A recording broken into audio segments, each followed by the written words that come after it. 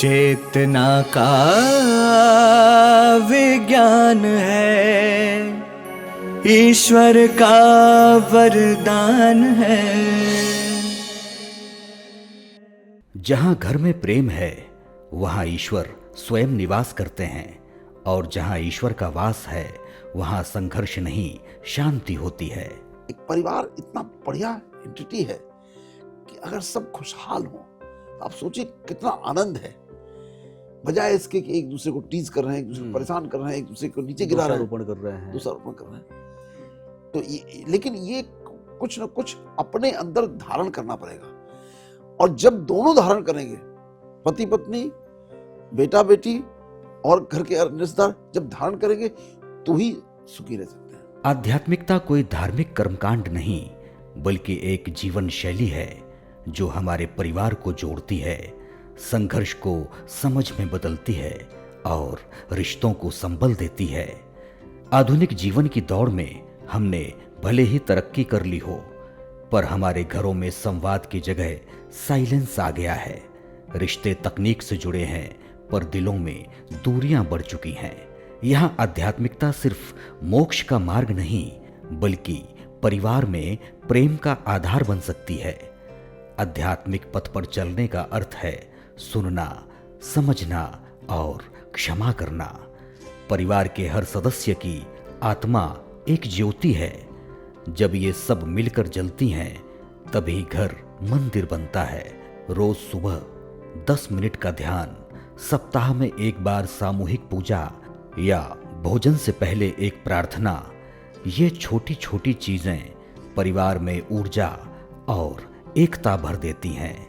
सबसे पहले अपने बच्चों को ये शिक्षा मिलनी चाहिए कि वो कैसे व्यवहार करें, घर के अंदर कैसे व्यवहार करें, बाहर जाएं तो कैसे व्यवहार करें। उनको ये सिखाया जाना चाहिए कि हाँ, स्त्रियों का सम्मान किया जाता है। अगर तुम्हारे कोई साथ में लड़की पढ़ती है, कोई साथ में काम करती है, उसका सम्मान करना तुम्हारा धर्म है। ऐसी लड़कियों को बताना चाहिए कि तुमको भी इनके साथ ऐसा ही सब व्यवहार करना चाहिए, और अपने अपने गुणों को धारण करना चाहिए।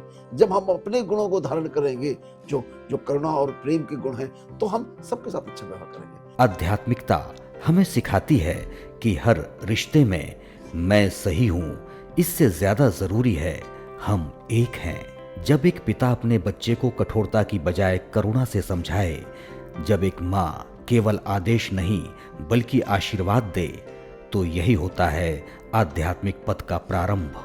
विज्ञान भी मानता है कि साथ में की गई प्रार्थना और ध्यान परिवार की बॉन्डिंग को गहरा बनाते हैं। ये तनाव को घटाते हैं, संवाद को बढ़ाते हैं और निर्णय लेने में सामूहिक समझ को सशक्त बनाते हैं। आध्यात्मिक परिवारों में भी मतभेद होते हैं, लेकिन वे उसे युद्ध नहीं, अवसर मानते हैं, एक दूसरे को समझने का अवसर, क्योंकि वहां ईगो नहीं, एकता होती है।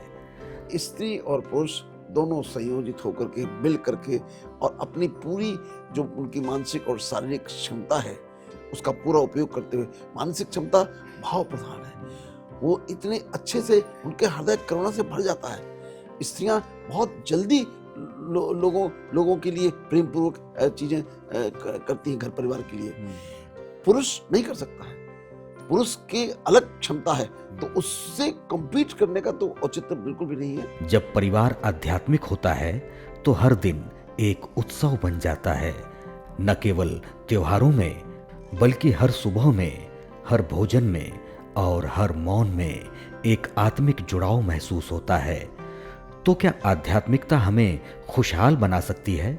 हाँ, क्योंकि आध्यात्मिकता सिर्फ पूजा या मंत्र नहीं, बल्कि जीवन में प्रेम, धैर्य, करुणा और मौन को अपनाने की कला है। और जब ये कला एक परिवार अपनाता है तो घर एक मंदिर बन जाता है। हर परिवार एक मंदिर है और हर आत्मा एक दीपक।